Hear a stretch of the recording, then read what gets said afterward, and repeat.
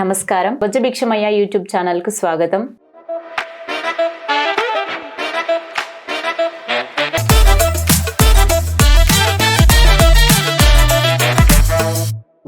Sir, ఒక వ్యవస్థలో విలువలు అంటే ఆచారాలు కానీ, కట్టుబాట్లు కానీ, సాంప్రదాయాలు కానీ అసలు ఎందుకు ఏర్పడతాయి? చాలా మంచి ప్రశ్న వేశారు. చాలా మంచి ప్రశ్న ఇది. నేను చెప్తే కొంచెం ఇబ్బందిగా ఉంటది కానీ అసలు విలువలు, సాంప్రదాయాలు, ఆచారాలు, కట్టుబాట్లు అనేటి ఆ వ్యవస్థను కాపాడటానికి ఏర్పడతాయి తప్ప నీ కోసం నా కోసం ఏర్పడదు కదా. మనం అనుకుంటాం మన కోసం ఇది ఏర్పడదని మనం అనుకుంటాం, కానీ మన కోసం ఏర్పడలే. ఉదాహరణకి ఒక చూద్దాం. ఇప్పుడు ఇంతకుముందే నేను చెప్పినట్టుగా ఒక్కొక్క వ్యవస్థ, బానిస వ్యవస్థ కావచ్చు, ఫ్యూడల్ వ్యవస్థ కావచ్చు, క్యాపిటల్ వ్యవస్థ కావచ్చు, ఇంపీరియలిస్ట్ వ్యవస్థ, సామ్రాజ్యవాద వ్యవస్థ కూడా కావచ్చు. ఆ వ్యవస్థలో ఏ విధంగా ఉంది అని మనం చూసినప్పుడు విలువలు ఎలా ఏమన్నారు మీరు ఏర్పడతాయి.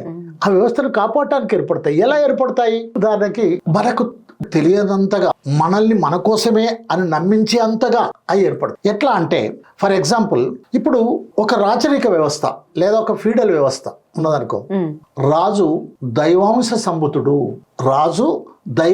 సంభూతుడు, దేవుడే రాజును సృష్టించాడు, దేవుడే దొరను సృష్టించాడు, దేవుడే 5 ఏళ్ళు సృష్టించారు. 5 ఏళ్ళు సమానంగా ఉన్నాయా? మరి మనుషులు ఎట్లా సమానంగా ఉంటారమ్మా అని చెప్పారు.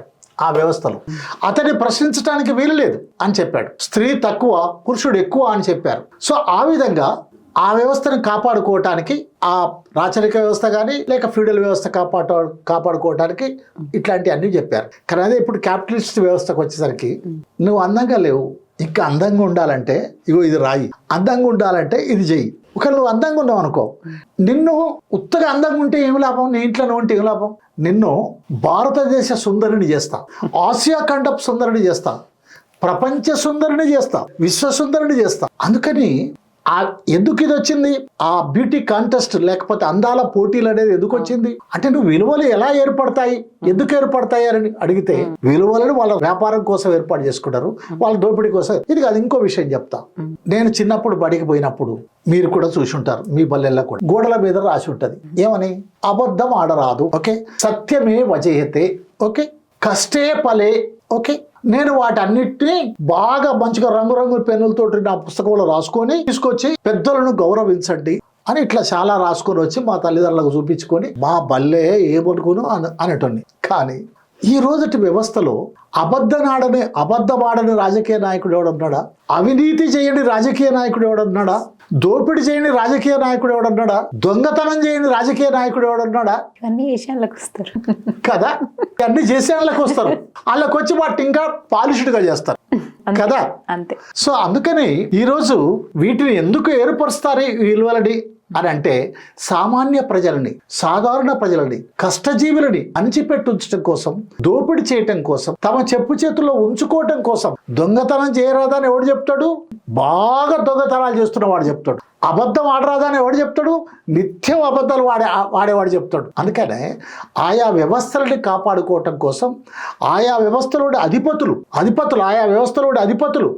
వాళ్ళు ఆనాడైతే రాజులు కావచ్చు, లేదా భూస్వాములు కావచ్చు, లేదా పెట్టుబడిదారులు కావచ్చు, లేదా ఈనాడు పాలక వర్గాలు కావచ్చు. కాబట్టి అది వాళ్ళు ఆ విధంగా చేస్తారు. అందుకని ఎందుకు ఇవి ఏర్పడతాయి అంటే, ఈ విలువలు ఎందుకు ఏర్పాటు చేశారు అని అంటే అందుకోసం ఏర్పాటు చేశారు. Thank you sir. చాలా మంచి విషయాలు మాతో షేర్ చేసుకున్నందుకు, మాతో మాట్లాడినందుకు. ఇదండి మన యూట్యూబ్ ఛానల్లో ఇంకా చక్కటి విషయాల గురించి, మంచి మాటలు తెలుసుకోవడం కోసం మరి మీకేమైనా టాపిక్స్ కావాలన్నా మమ్మల్ని మీరు కామెంట్ బాక్స్ లో మీరు పెట్టొచ్చు. ఈ వీడియోస్ మాకు కావాలి, ఈ టాపిక్ మీద మాట్లాడాలి, అట్లాంటి విషయాలు ఏమైనా ఉన్నా మీరు మాతో పంచుకోండి. థ్యాంక్ యూ అండి. Thank you so much. Thank you sir.